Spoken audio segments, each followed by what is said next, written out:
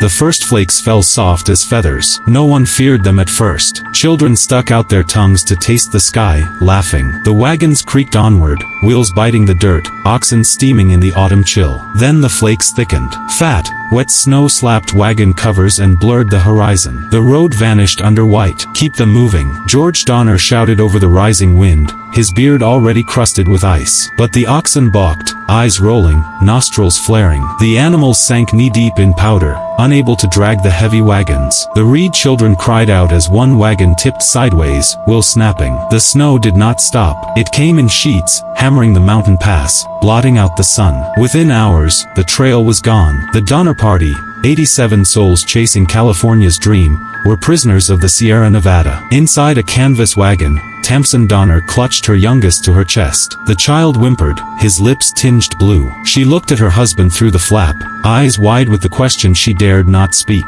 "How do we get out?" But George only turned away, snow plastered to his coat, already knowing the truth. They weren't going anywhere. The pass was sealed, and winter had only begun. The first nights, they told themselves it would pass. Fires glowed in the cabins they hacked together from pine. The smell of smoke curled upward, a fragile thread of hope in the endless white. They rationed carefully, flour measured by the spoonful, oxen slaughtered and stripped. Children chewed on scraps of hide softened in boiling water. But the storm did not break. Snow rose past the rooftops, burying the world. The howling wind drowned even their prayers. Day after day, the food dwindled. By December, hunger ruled every hour. Men returned empty-handed from hunts, faces pale and gaunt. The oxen were gone. The dogs were gone. Even the mice had vanished, hidden deep in the frozen earth. Patrick Breen, his fingers trembling from cold, pressed his pencil to a journal page. His words were short, broken. No meat left, hides only. Children crying all night. At night, the wails of babies echoed through the cabins. Mothers held them close, whispering lies. "Tomorrow we'll eat, tomorrow will be better." But their own stomachs gnawed and cramped. Some whispered darker things, words like, "if it comes to it." Eyes began to linger too long on the sick,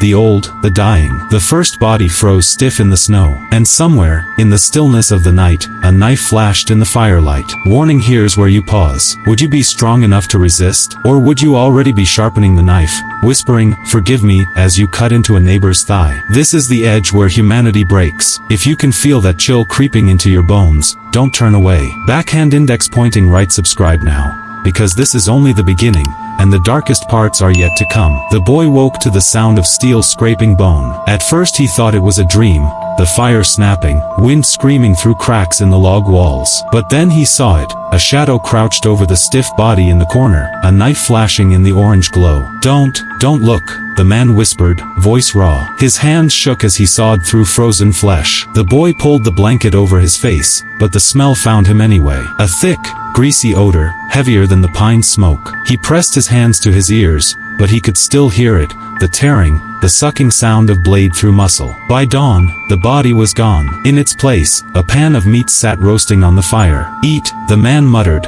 thrusting the plate toward the others. His eyes were wide, wild, bloodshot from nights without sleep. It's venison," a woman gagged, shaking her head. But the children, too weak to argue, lifted trembling hands. One girl chewed, sobbing silently as grease dripped down her chin. The lie hung in the air. Everyone knew. No one spoke. The pact was silent, but sealed. The dead would feed the living. It did not stop there. Days later, another body froze in the snow. This time, no one waited for nightfall. A group dragged the corpse inside, knives flashing, steam rising as the meat boiled in the pot. One man muttered prayers between each cut, lips quivering. Another turned away, weeping as he swallowed the flesh. Mothers pressed strips of cooked meat to their children's mouths, whispering, "Eat, my darling, please eat." The children asked no questions, but hunger sharpened cruelty. Arguments broke out over who deserved the next meal. Accusations of theft, of hoarding. Men eyed one another not as neighbors, but as prey. One survivor would later confess, "We watched each other, waiting for someone to die." And in the darkest whispers, another thought began to fester. Why wait? The snow buried the cabins deeper. The wind screamed like a morning choir. And inside, the settlers devoured their dead, one bite at a time. Warning, ask yourself this. If your child lay in your arms, skin stretched tight over bone, eyes sinking into their skull, and a body lay cooling in the snow outside, would you hesitate? The Donner Party didn't. They couldn't. And if you think this is as dark as it gets, you're wrong. The real nightmare was yet to come. Backhand index pointing right. Stay with me. Subscribe. Because turning away now doesn't erase the horror. It just means you won't see how deep the hunger went. 17 of them strapped crude snowshoes to their feet and left the cabins behind. They called themselves nothing. History would name them later, the Forlorn Hope. The snow was higher than their waists. Each step was a battle. The air burned their lungs. Their lips cracked and bled. Behind them, the cabins vanished under the storm, smoke disappearing into a sky that gave no warmth. They carried no real food, just scraps, just the memory of hunger gnawing them raw. The first days, they clung to hope.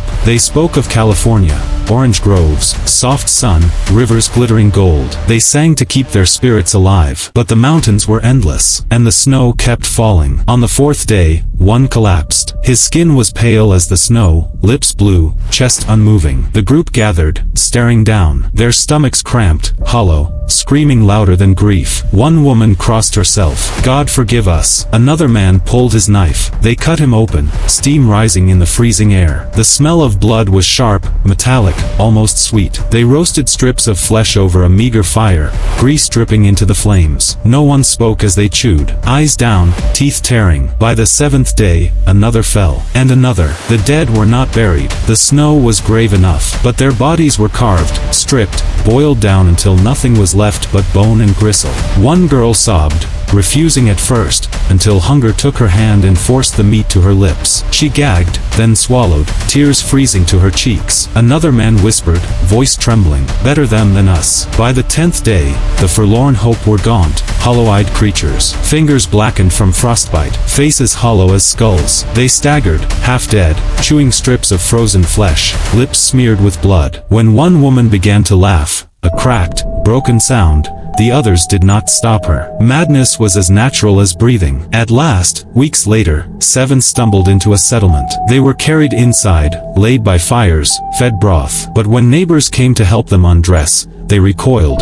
The stench of rot clung to their clothes, the smell of human meat heavy on their breath. One rescuer swore, they had the look of wolves, not people. Hollow eyes, faces blooded. They had survived, but at what cost? Warning pause. Imagine you were there, watching a friend fall in the snow, body still warm, and hearing your own stomach growl louder than your conscience. Could you resist? The Forlorn Hope didn't. They carved, they cooked, they ate, and they kept walking. Backhand index pointing right if you can feel your throat tightening as you picture it. Don't look away now. Subscribe, because the rescue hasn't come yet. And what the rescuers found was worse than anything the mountains devoured. By February, the mountains had taken their toll. The cabins were little more than snow-buried tombs, the fires weak, the air heavy with rot. Then, faintly, through the storm, voices, shouts, men breaking through the drifts. The first rescue party had come. What they found froze their hearts. In the Breen cabin, gaunt figures crawled from the shadows like specters, cheeks sunken, eyes huge in their skulls. The smell hit first, a rancid sweetness, a stew of smoke, sweat, and something fouler. A rescuer gagged,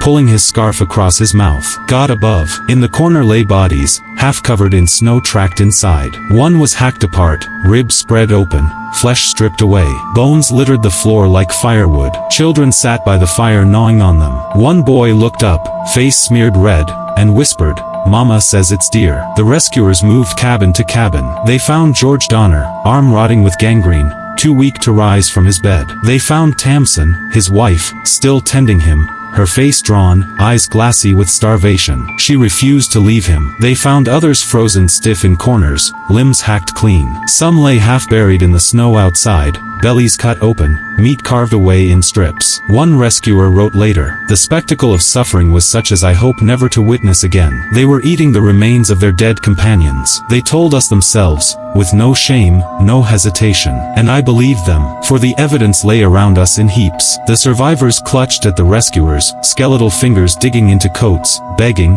pleading. Food, they croaked. Take my child. Don't leave us. But the rescuers could not carry them all. Some were left behind. Some would be found later, curled in the corners of cabins, flesh carved from their thighs, their bones boiled clean. By the time the last relief party left the mountain, nearly half of the Donner Party were dead. The rest, those who staggered out alive, bore scars deeper than their flesh. They carried the taste of human meat on their tongues, the memory of neighbors turned into meals. Warning: this is where you ask yourself, who is the monster here? The snow, the hunger, or the people who survived by tearing flesh from the bodies of their friends? The rescuers never forgot what they saw, and neither will you. Backhand index pointing right. Don't turn away now. Subscribe, because the final chapter is not rescue. It's the curse these mountains left behind. The mountains grew quiet after the last rescue. The cabins, once filled with screams and smoke, stood half buried in snow, windows black, doors swinging in the wind. Inside, nothing remained but bones. Piles of them, gnawed down to splinters. Skulls with hollow sockets staring from the corners. Ashes stained red where flesh had been cooked over dying fires. The snow melted slowly. Spring came. The birds returned. But the land was changed. Neighbors who had fled California whispered of what had happened. Stories of cannibals in the mountains spread like disease. The name Donner became a curse, spat rather than spoken. The survivors did not escape unscathed. Some lived long lives, but they were never free. People shunned them, whispering, "Cannibal," under their breath. Some broke down, haunted by the taste of flesh. Children who had once laughed by the fire grew into adults who could not speak of what they had eaten. And some, like Tamsin Donner, who refused to abandon her husband's side, were never seen again. Even now, more than a century later, the site remains. A monument marks where the cabin stood, where the dead were consumed. Tourists come with cameras, smiling against the granite stone. But hikers who stray into the woods at night tell different stories. They hear crying in the wind. They see footprints in fresh snow that vanish into nothing. They smell faint smoke, and sometimes, the sickly sweet scent of roasting meat. But the truest horror is not the ghosts. It is this: the Donner Party were not monsters when they entered those mountains. They were families, ordinary men, women, and children, chasing hope. And when hunger came, when the storm closed in, when survival became the only law, they did what any of us might do. They ate the dead. They became the thing they feared. And that truth, that possibility, will follow you long after you close this page. Warning: so I ask you, what would you have done? Would you have let your children starve in your arms? Or would you have carved the flesh of your neighbor to keep them alive? That question is the curse of the Donner Party. It has no answer. Backhand index pointing right. Don't pretend you'll forget this story tomorrow. You won't. It will stay with you, clawing at your conscience. So if you want more true horrors like this, the kind that twist history into nightmares, subscribe now. Because the snow may have buried them, but their hunger never died.